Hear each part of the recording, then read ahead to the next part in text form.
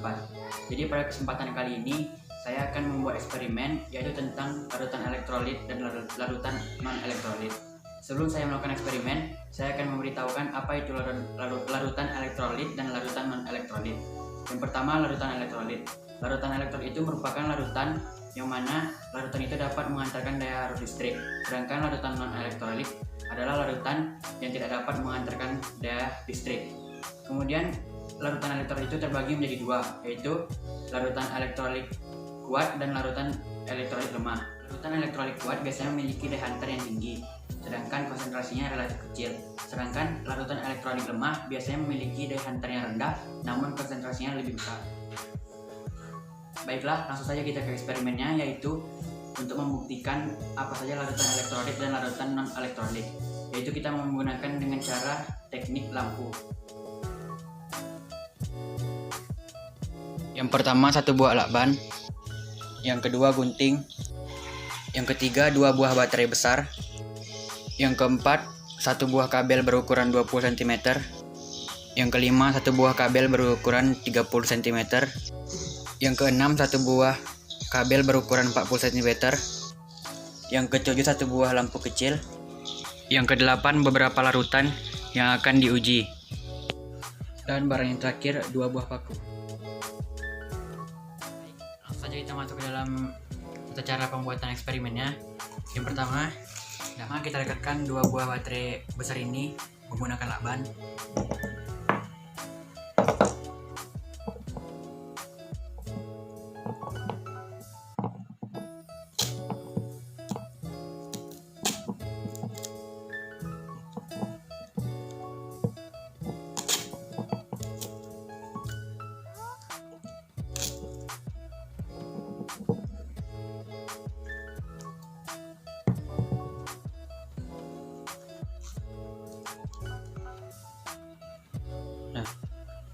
Selanjutnya, potong setiap bagian ujung dari kabel ini.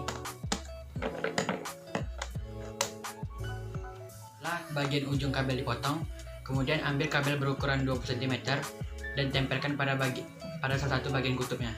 Dan ambil kabel berukuran 30 cm dan rekatkan pada salah satu bagian kutub yang lainnya. Rekatkan kabel berukuran 20 cm dan 40 cm ke dalam fitting dari lampu tersebut.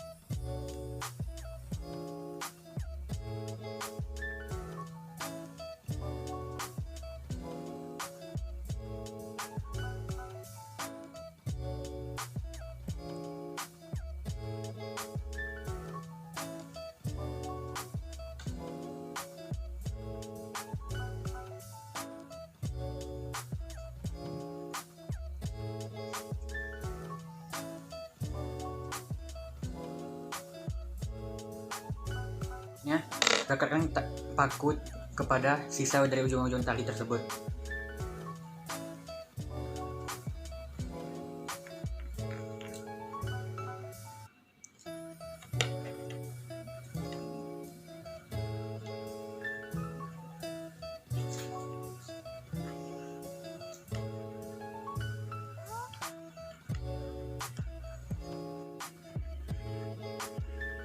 Kita akan menguji beberapa larutan yang ada di atas ini.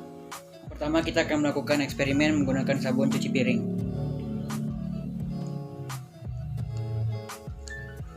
Terlihat bahwa lampu tidak menyala, berarti larutan ini termasuk dalam larutan non-elektrolit.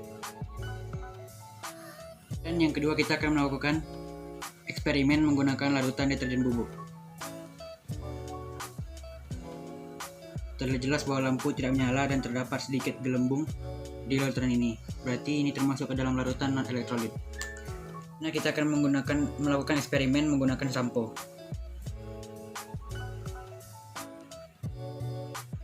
Terlihat jelas bahwa lampu tidak menyala dan tidak ada gelembung, berarti sama saja ini merupakan larutan non-elektrolit. Kemudian yang keempat, kita akan melakukan eksperimen menggunakan larutan pemutih.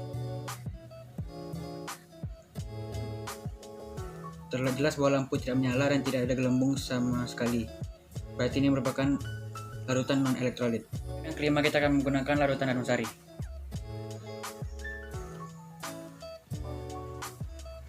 Tampak terlihat jelas bahwa larutan harum sari tidak dapat menghidupkan lampu dan terdapat sedikit gelembung. Berarti larutan ini termasuk dalam larutan non-elektrolit. Keenam, kita akan melakukan eksperimen ini menggunakan larutan garam. Tampak terlihat bahwa lampu menyala dengan jelas dan terdapat sedikit gelembung. Berarti ini merupakan larutan elektronik yang kuat. Yang ketujuh, kita akan menggunakan larutan gula. Terlihat dengan jelas bahwa lampu tidak menyala dan tidak terdapat gelembung sedikit pun. Berarti ini merupakan larutan non-elektrolit. Yang kedelapan, kita akan menggunakan larutan cuka.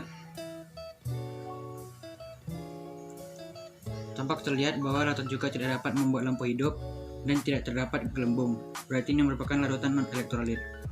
Terakhir, kita akan menggunakan larutan kecap. Terlihat bahwa larutan kecap tidak dapat menghidupkan lampu dan hanya terdapat sedikit butiran-butiran gelembung. Jadi ini merupakan larutan non-elektrolit. Kemudian kita akan menggunakan larutan baking soda. Terlihat jelas bahwa lampu tidak menyala terhadap larutan ini dan terdapat sedikit gelembung. Berarti ini merupakan larutan non-elektrolit. Di eksperimen tadi dapat disimpulkan bahwa larutan elektrolit itu hanya terdapat pada larutan garam, sedangkan sisanya itu merupakan larutan non-elektrolit.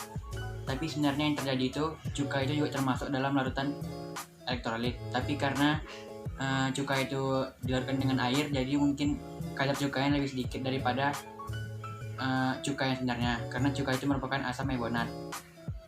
Sekian dari saya, wassalamualaikum warahmatullahi wabarakatuh. Cukup sekian eksperimen pada hari ini, semoga bermanfaat dan dapat diikuti dengan teman-teman lainnya. Wassalamualaikum warahmatullahi wabarakatuh.